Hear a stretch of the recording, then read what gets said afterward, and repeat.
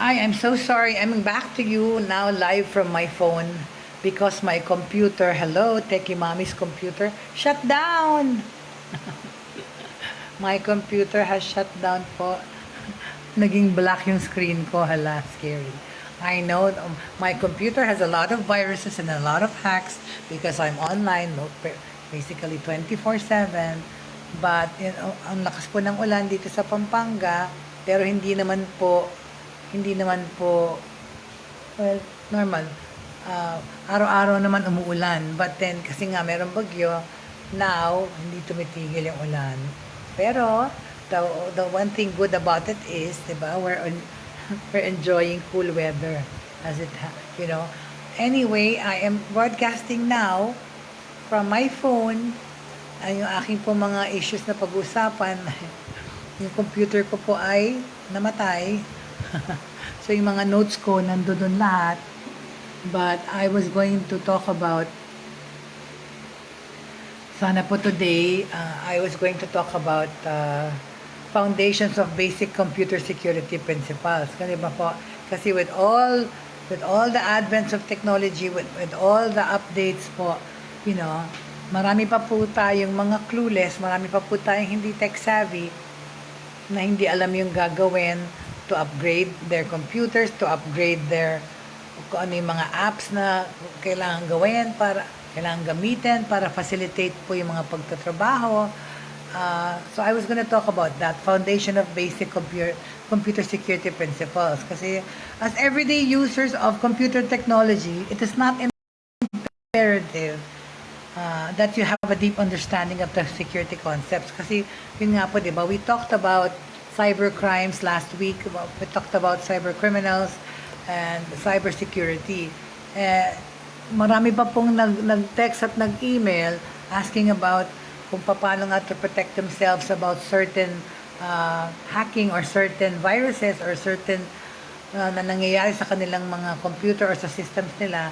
And we of course, we have information on how to go about that step by step. Hindi lang natin na-cover lahat kasi po madami po talaga yung mga cyber criminals and that kind of crimes that they do, or yung mga the way that they are hacking into systems and people's profiles. So we will still go back on that po to answer some of the questions and to go about some other things. Teka, talaga yung computer ko namatay na. I will just hold on a second. But i-intersperse na lang po natin yung disseminate ng information regarding that sa cybersecurity and all. Pero pasensya na po, namatay kasi yung computer ko, nawala yung connection ko sa OBS ko at sa pag-live stream from there. That's why I'm on my phone now. I'm trying to revive my my laptop, hoping that it didn't die for good. Huwag naman po. It's my livelihood. That rhymes. But anyway, so going back to what I was saying, classes are suspended on some areas. I'm not sure po sa Metro Manila kung suspended rin. Pero doon nga sa mga areas na yon. Okay? Tapos, umuulan sa labas. Anyway, I'm trying to reboot my computer dahil namatay po talaga siya. Nag-black screen. Tapos yun,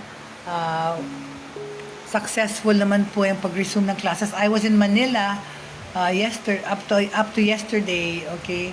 I spent the weekend in Manila and parang okay naman po yung pagbalik ng eskwela because I was actually in Quezon City. Meron kami mga tabing eskwela, hindi naman masyadong traffic doon sa area namin, but it seemed quiet. But we saw, of course, little children clinging on to their mga mommies pa rin, yung mga papasok for, siguro kahit na hindi little children, yung iba na nasanay na nasa bahay nag-aaral. Nagkaroon tayo ng mga separation anxiety dyan. But anyway, going back to, hold on, okay? Let me try to revive I'm just rebooting po. Pasensya na, no? Hindi ako makapag-live stream doon sa... Anyway, so So yeah, I said I was going to talk about how to protect bago po nawala yung pag-transmit ko sa live stream. I was talking about the fourth case of the monkeypox sa Pilipinas. Yun po. The case was tested, yung fourth case po na monkeypox na hanap na dito sa Pilipinas. In a statement, DOH mentioned that the fourth case is of a 25-year-old Filipino national with no documented travel history to or from any country, okay, with documented confirmed case of hindi niya alam ko kung saan galing na country po. The case was tested and confirmed positive for monkeypox via real-time PCR by the DOH Research Institute for Tropical Medicine, or yung RITM, okay? With results released August 19, the DOH added that the case is being cared for and is admitted in an isolation facility, okay? Intensive case investigation and contact tracing is ongoing. To date, 14 close contacts have been identified with this person, okay? One is currently taking care of the case in the isolation facility, while 6 are undergoing quarantine. One is a healthcare worker who had complete personal protection against naka-PPE pa to at time of consultation of case, assessed as low risk and is now self-monitoring, okay? So, yan po, yung fourth case ng monkeypox sa Pilipinas. So, anyway po, napag-usapan din natin yung successful pagbabalik sa eskwela, okay? And then, ito na po. Yung ating topic that I wanted to talk about is how to, the basic things of protecting your system, alright? Too often, information security professionals write articles that target their own peers who already possess a high quality or level of understanding ng mga cybersecurity principles, okay? That's all fine, di ba po? And, well, if you're writing a technical, kunyari, white paper or something, it's not enough yung ordinary users, yung regard to the basic steps that everyone can bolster their computer security. Hindi po lahat ng tao may kaalaman dyan, okay? So, consider this, kunyari, I'm going to do a back to basics guide that will focus on relevant basic cybersecurity best practices for internet users, kanilang regardless of skills and knowledge level, okay?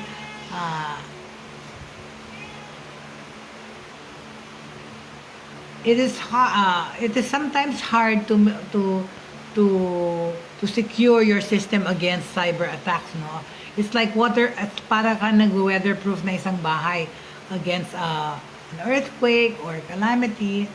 Pero meron po tayong foundation of basic computer security principles, okay? As everyday users of computer technology, it is not imperative that you have a deep understanding of the security concepts and principles at play, other than to know what they are, so that a basic understanding of why they exist and how they help provide a multi-layered shield of protection against all kinds of threats. Ano pa yung graphics ko, no? Dali lang. Dali. I will just show you. Ano ba to? Ayan po, oh. Ayan, okay? Can you see?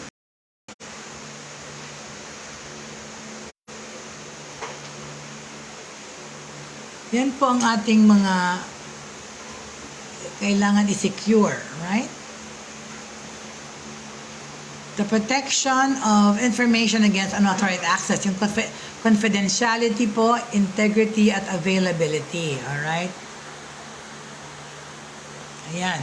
So, as everyday users of computer technology, okay, it is not imperative that you have a deep understanding of the security concepts and principles at play. Other than that, you already mga alam nyo na. Tsaka yung basic understanding nyo of why they exist, okay? Ang protection against all kinds of threats po cyberly ang ating try intindihin kung paano, okay?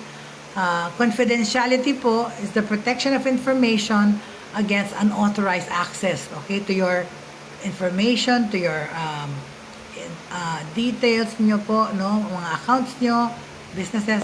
Ano pa? Integrity, the protection of information against unauthorized modification of data. Yung ina-alter po yung data nyo. At availability, ano po yun? The protection of your ability to access your information, okay? Better known as the CIA, or, okay, it serves as the foundation of cybersecurity. Ang CIA, di ba parang CIA talaga? Ito po ang basics ng foundation of cybersecurity, CIA. Confidentiality, integrity, and availability. Okay? Sure, there's a lot more than this, but let's not overcomplicate things, okay? Whenever you're thinking in terms of computers, applications, smartphones, tablets, or any type of electronic device, it helps to put into the context of the CIA triad model. Ayan po. And ang dapat po niyong gawin is to assign risk levels to them such as low, medium, and high, okay? It is viewing Facebook on your home computer browser a low, medium, or high on confidentiality risk. Isipin nyo kung yung pag-Facebook nyo, low ba to, medium, or high confidentiality risk. Sa tingin ko, high ang Facebook diba? Pero, yung iba sasabihin low risk. However, realize that each website you visit will require cookies that track your usage, activity, and preferences. Yan po ang gamit ng cookies. Some cookies like integrity and availability. O yan, masasabihin na naman yung iba, cookies po ba yung kinakain na cookies? Well, hindi. Sa computer terms,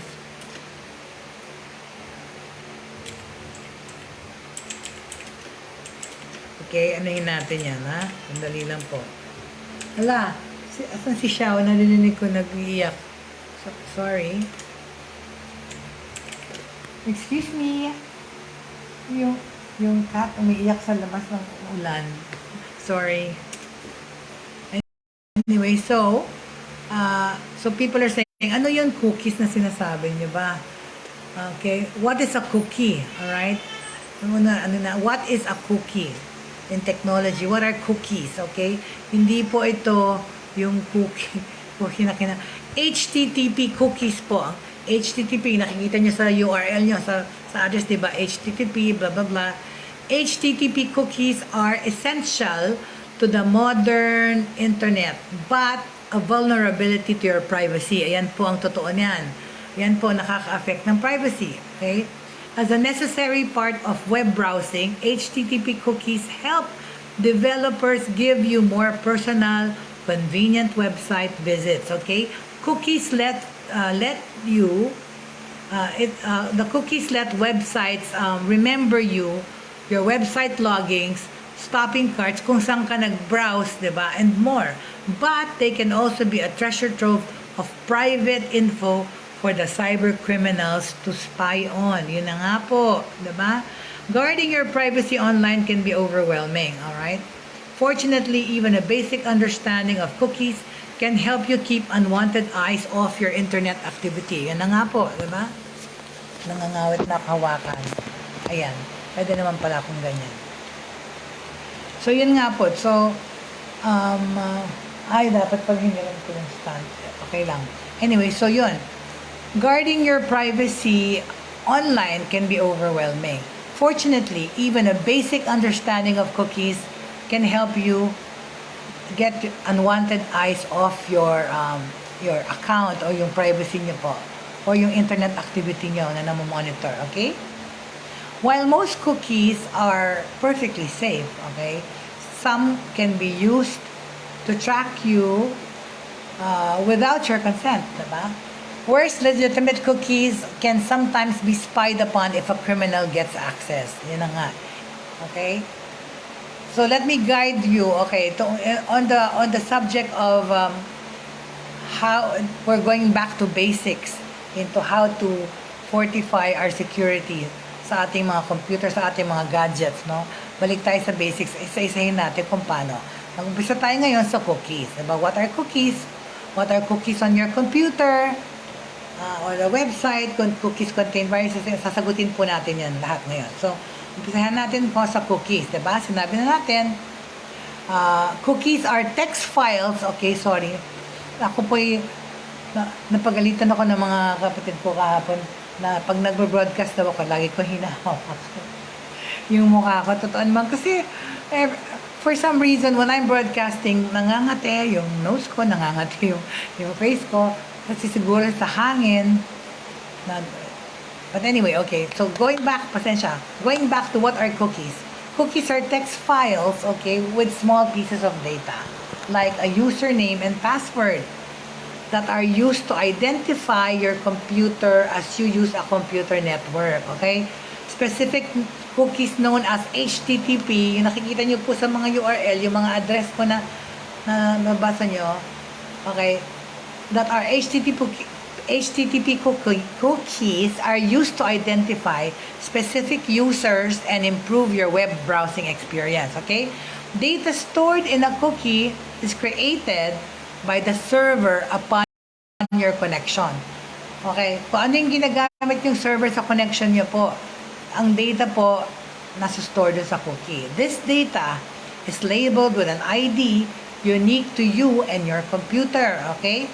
Kunyari po, yung cookie is exchanged between your computer, when the cookie is exchanged between your computer and the network server, the server reads the ID and knows what information to specifically serve to you or kung anong data o information ang mababato, okay, sa server nyo mula doon.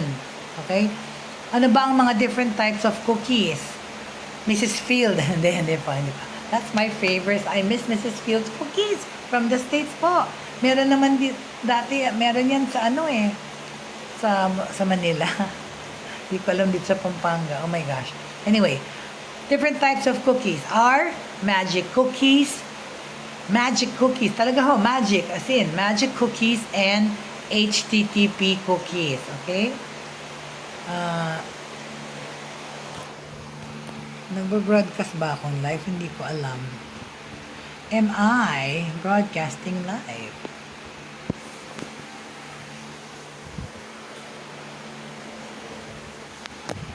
Baka talaga yung transmission ko eh.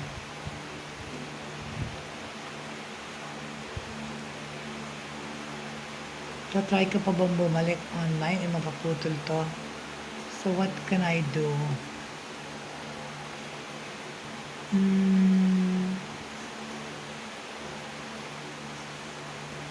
Ituloy ko na lang dito. I'll just do it over tomorrow if I dito. Anyway, so yeah. So, the two basic types of cookies are magic cookies and HTTP cookies. Okay? Ano yung magic cookies? Alright? Magic cookies, cookies generally function the same but have been applied to different use cases. Okay? Yung magic cookies po are old computing term that refers to packets of information that are sent and received without changes. Okay? Hindi na-alter. Okay? Commonly, this would be used for a login to computer database systems such as a business internal network. This concept predates the modern cookie we use today. So, ito pong luma. No? Okay? Ano naman po yung HTTP cookies? Okay, ang HTTP cookie is what we currently use to manage our online experiences. Okay? It is also what some malicious people can use to spy on your online activity and steal your personal information. Ayan po. Yun po ang HTTP cookie na nangyayari ngayon, na ginagamit ngayon ng mga cyber criminals. Okay? The HTTP cookie is what we currently use to manage our online experience. It is also what some malicious people can use to spy on your online activity nga and steal your personal info. To explain, you'll want to understand exactly what are internet cookies and why do they matter. Diba? Bakit nga? Diba? What are HTTP cookies? Well, HTTP cookies are built specifically for internet web browsers to track, personalize, and save information about each other's session. A session just refers to the time you spend on a site, on a website, okay? Kung saan ka nagpunta. Hindi lang website. I mean, kung saan ka nag-surf. Kung saan ka nag-surf, diba? Cookies are created to identify you when you visit a website. Yun po yun. Tataasan ko nga to. Oh. Hold on. Ayan, better. Alright, so as I was saying now, kaya naman pa naman. Ayan, mas mailaw na ako. Okay? So, cookies are created to identify you when you visit a new website. The web server, which stores the website data, sends a short stream of identifying info to your web browser. Okay? Tapos po, yung browser cookies are identified and read by name-value pairs. This tell cookies where to be sent and what data to recall. Okay, ulitin ko lang, no? Yung mga browser cookies are identified and read by name-value pairs. These tell cookies where to be sent and what data to recall, or kung anong mareremember nila na masastore, okay? Tapos po, the server only sends the cookie when it wants the web browser to save it, okay? So, the server only sends the cookie when it wants the web browser to save it. If you're wondering where are cookies stored, well, it's simple, alright? Your web browser will store it locally to remember the name-value pair that it identifies you with, okay? If a user returns to that site in the future, okay, the web browser returns the data to the web server in the form of a cookie. Okay, ulitin ko, no? Kung yung user returns to the site, kung pumunta ka ulit sa isang website, kunyari nagpunta ka sa Alibaba or Amazon, whatever website or wherever, the web browser returns that data to the web server in the form of a cookie. This is when your browser will send back to the server to recall data from your previous session o yung engagement mo na yun, na nung nagpunta ka, nag-visit ka ng site na yon, okay? To put it simply, okay, cookies are a bit like getting a ticket to kunyari, kung nag-iwan ka ng gamit sa customer service, di ba? Mag-iwan ka ng payong, yun. Pag pinabilin mo doon, okay? Di ba? Pag pinagbilan ka, okay, you hand over yung papatago mo to the desk, di ba? In this case, a packet of data is linked to you on the website server when you connect, okay? This data can be your personal account, your shopping cart, or even just what pages you visited. Okay, hello! Thank you so much. I'm sorry, sana wala akong mga viewers dahil biglang namatay yung aking computer kanina. So I can't live stream from my computer. I'm broadcasting from my cell phone po. Thank you for joining me, okay? So I'm talking about cookies po in the term cookies with regards to technology sa computers and all. Kasi po ang pinag-uusapan po natin ngayon is back to basics tayo. I'm trying to help and talk about going back to the foundation of basics computer security principles. Ayan pong tinatalakay ko ngayon is the foundation of is going back to the basics of computer security, and we're helping at pinag-usapan po natin yung CIA ngayon, triad na yan, which is confidentiality, integrity, and availability. At on that note po, kinonect po natin yan doon sa cookies, na kasi po yan po ang unang-unang mga kailangan nating malaman kung ano yung mga nakaka-apekto ng computer natin and its security, okay? So, nandun na tayo sa dalawang kinds of cookies, which is the magic cookies and the HTTP cookies, okay? So yun na nga. Para saan yung mga cookies, diba? Sinabi na natin. yun pa, kung paano na yung gamit ng cookie. See?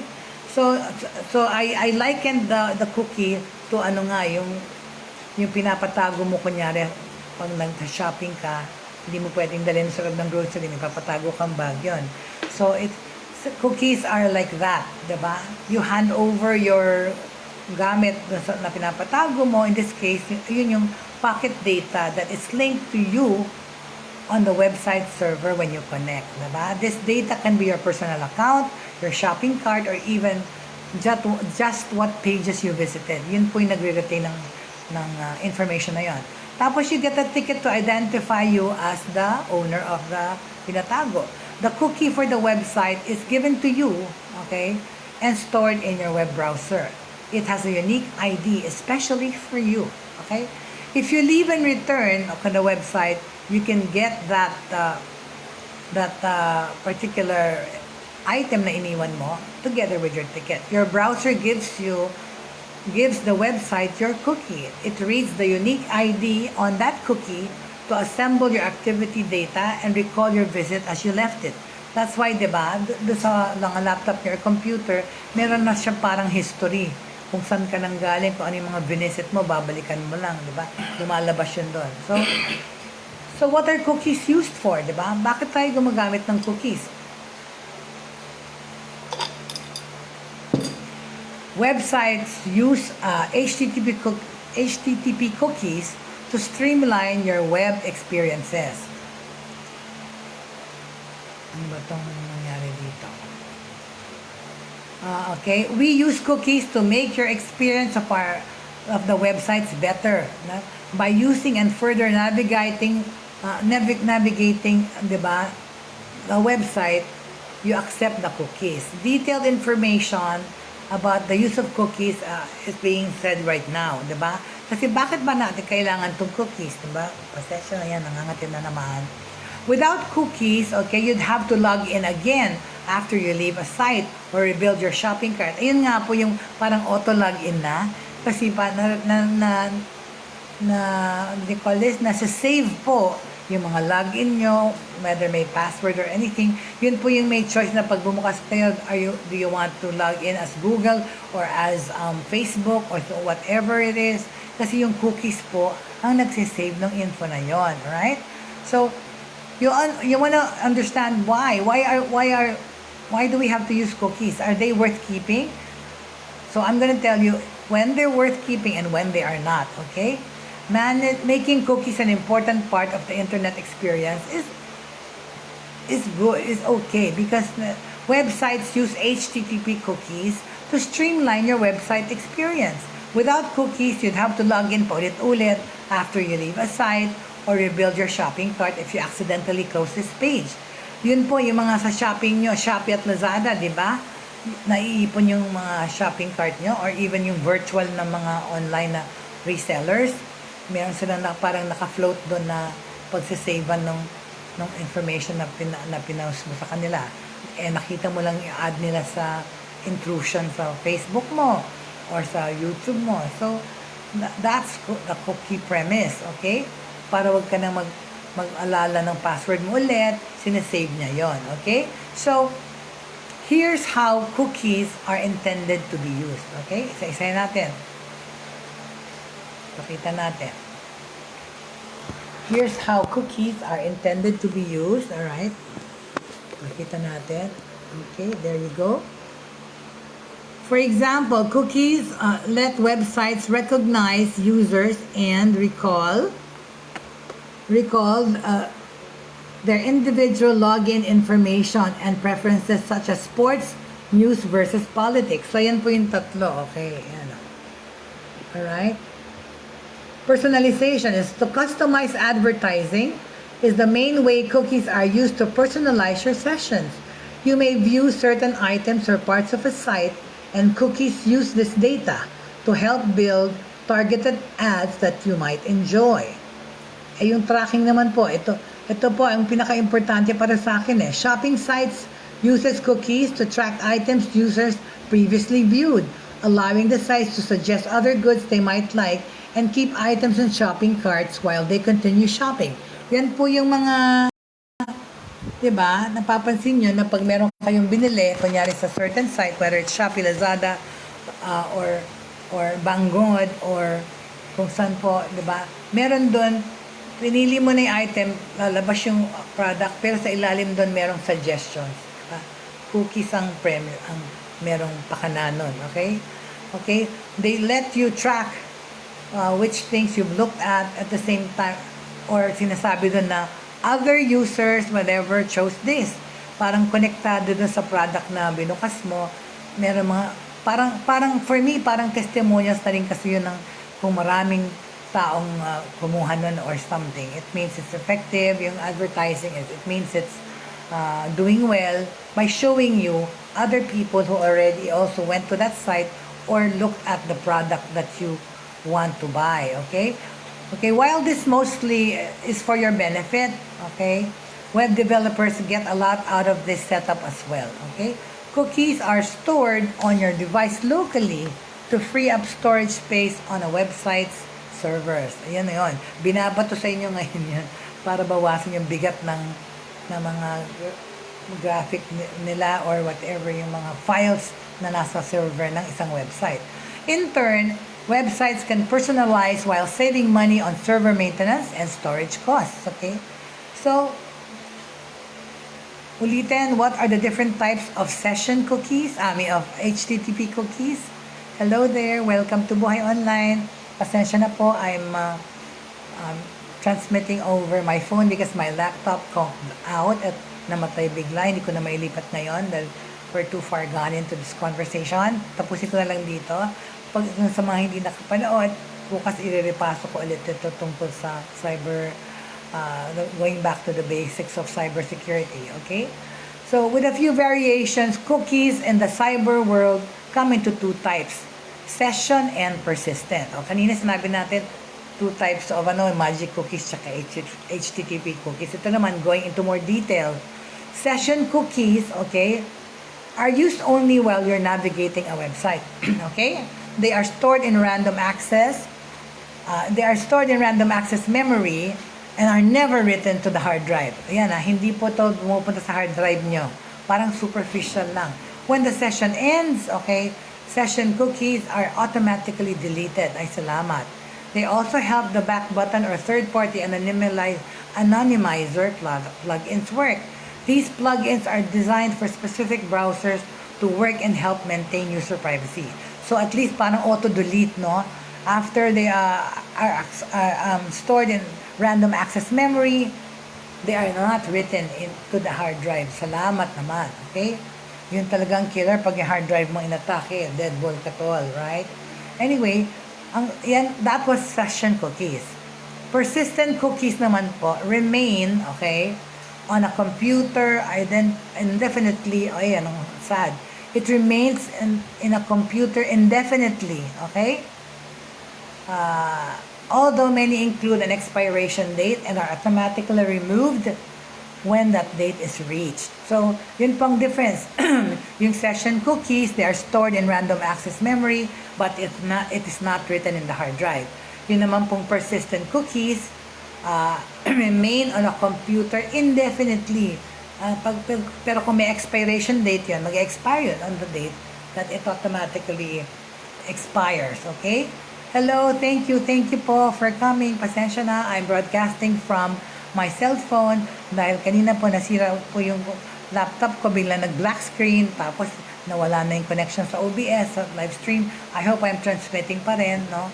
Hindi ko na ilipat ulit kahit nag-reboot na ako kasi I was too far gone into the conversation of my talking about cookies as opposed in connection with the computer and cybersecurity. So, persistent cookies are used, okay? Itong persistent cookies are used for two primary reasons. Ang persistent cookies, ito po yung the data is stored into your computer indefinitely. Pero may expiration date naman yung most of them, okay? So, persistent cookies are used for two primary purposes. Sino po itong nanonood? Sorry. Nakikita ko lang yung icon, hindi ko nakikita yung name. Anyway, okay, persistent cookies are used for two things. authentication. Ayan po, importante. This cookie tracks whether a user is logged in and under what name. They also streamline login information, so users don't have to remember site passwords. Ayan po yung nagsusto. Ayan po ang for authentication. Persistent cookies is also used for tracking. These cookies track multiple visits to websites or to the same over time. Some online merchants, for example, track multiple visits to the same time over time. Some online merchants also use cookies to track visits from particular users. Yan nga po, kung nalalaman nila kung namomonitor nila yung kanilang mga regular customers or regular users, okay? Including the pages and products that they viewed, o diba? Malalaman ko kung saan ka nang galing, kung saan anong binasa mo. Kaya yung mga yan, mga nagpupunta sa mga porno site, natatrace naman yon, right? Habang nagtatrabaho kayo, may pinupuntahan kayong ibang website, ay matitrace po yon, okay? Some online merchants, for example, use cookies to track visits from particular users, including the pages and products they viewed. Okay? The information they gained allows them to suggest other items that might interest visitors. Gradually, a profile is built based on a user's browsing history on that site. So, yun na nga po, yun yung nangyayari. Di ba, pag nagpili kayo sa Shopee or Lazada, habang tinitingnan nyo yung product na pinipili nyo, nasa ilalim naman yung mga viewers of whatever have also looked at this, or meron mga comparisons, okay? Or pinapakita nyo suggestions ng iba pang mga kagaya nung tinitignan yung furniture, right? It will suggest other furniture na tinda or either other links na puntahan, okay? The information they gain allows them to suggest other items that might interest visitors. Yan po yan, okay? So, in this connection, ito yung tanong, why can cookies be dangerous? Okay? Paano magiging, what do you call this? Dangerous ang cookies. Hello there, Patos Balita, pasensya na kasi ano ko, nice job program, ma'am. Your studio, my studio, this is my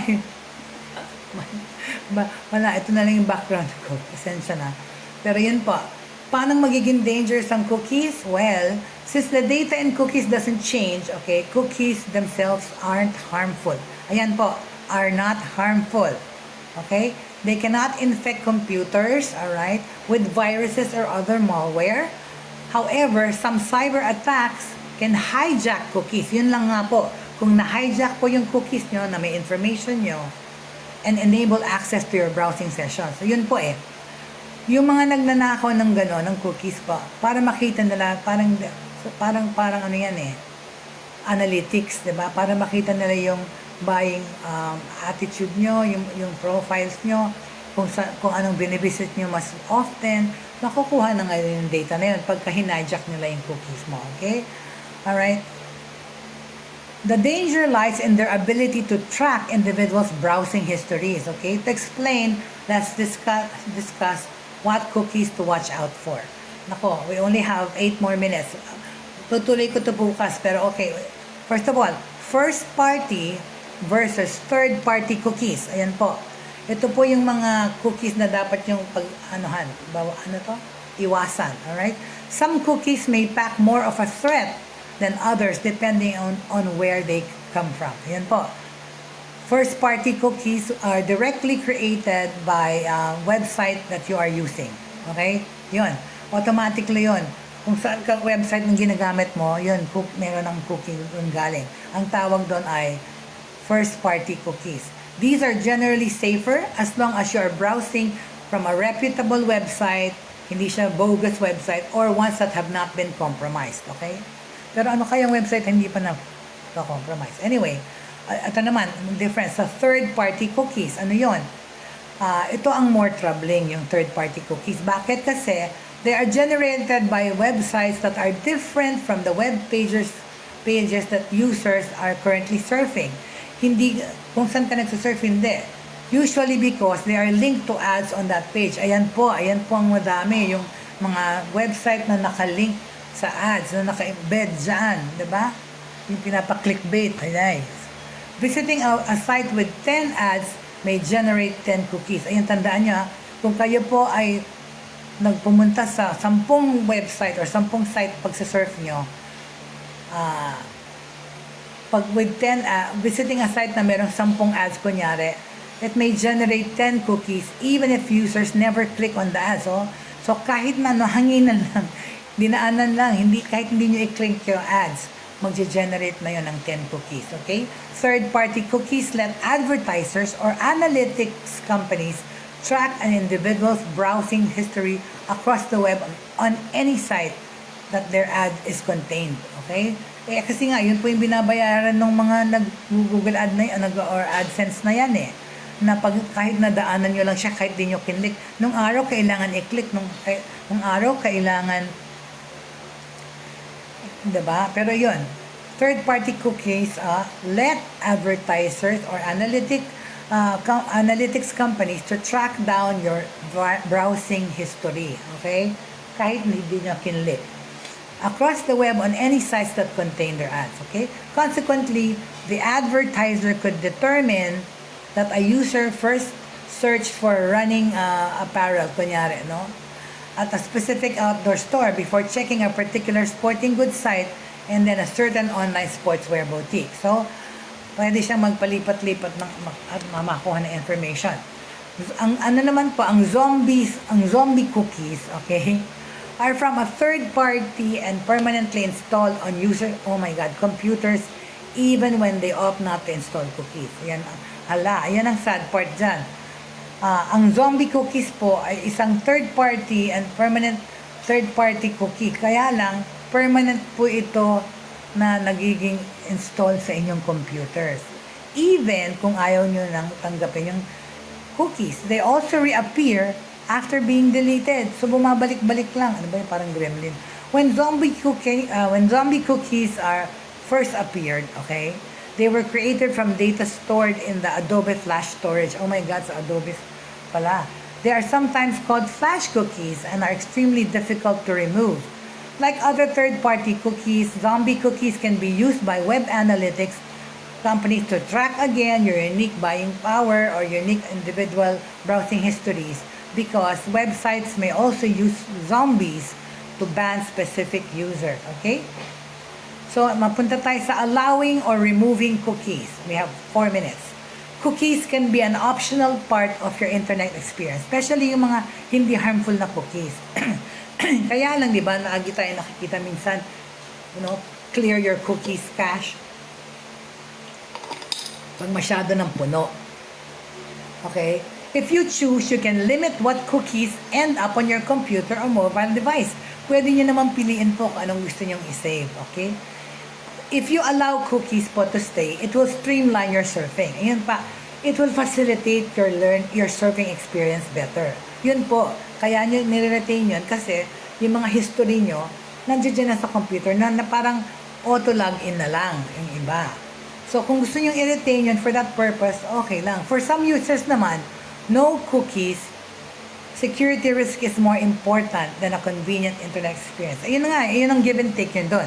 Kung gusto niyo ng mas madaling facility ng pag-surf or pagpabalik sa inyong mga pinuntahan, okay lang dyan to keep the cookies. Pero yung mga namang mas importante, ang security nila, okay na lang silang mag-login ulit-ulit, mag-login ng kanilang password, kesa naman ma-hack sila, di ba? Or ma-virusan. Okay, so, for those who want to allow cookies, okay, first of all, you have to find the cookie section. Okay? Okay? Paano nyo i-allow yung cookies? Well, typically, it's under settings. Okay? Sa system nyo. I-click nyo yung settings, tapos nando sa privacy siya. It's on the privacy. Click the boxes to allow cookies. Sometimes the option says, allow local data. If you don't want cookies, you can simply uncheck the boxes. Yun po. Okay? Yun po yun. So, okay? So, removing cookies, well, okay, I think mahaba-haba. Pero, okay.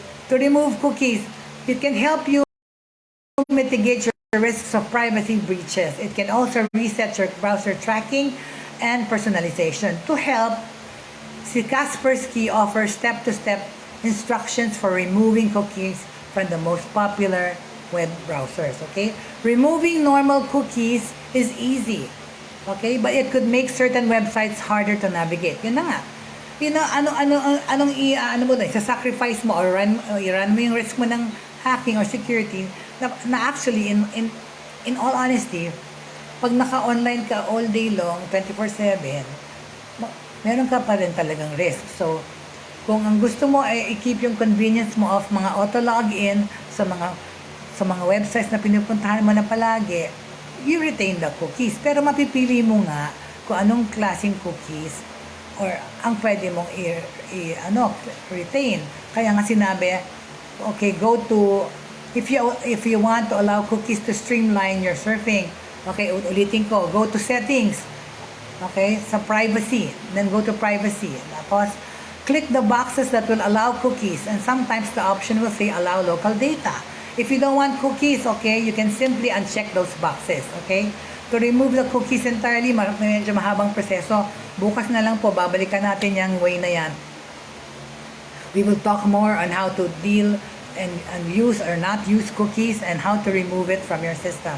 But thank you so much for joining me today on a rainy Tuesday. Pero masarap po naman sa pakiramdam na Tuesday. And lamig po, it's so nice to snuggle. Snuggle close to your lovey-doveys. But anyway, thank you so much for joining me today here at Buhay Online. This has been Jaye Bautista, refreshed and renewed from my visit from my family in Manila. Nagkaroon po ako ng bagong lakas to tackle my days because po, talaga, I was so happy to see my family, my old friends po, and my colleagues here in Broad Stream Cast Communicators po. I was able to meet up with them. Maraming salamat po for being with me today. Babalik po tayo bukas ulit, same time and same place. And at the end of the day, 3 things should remain in our lives po, which is faith, hope, and love. Sandali pa. Baka naman pwede pong patutugyan. Maraming salamat po. Thank you very much for watching. Magsama-sama po tayo ulit bukas. Alright? Thank you so much. I'm playing. Goodbye. See you tomorrow.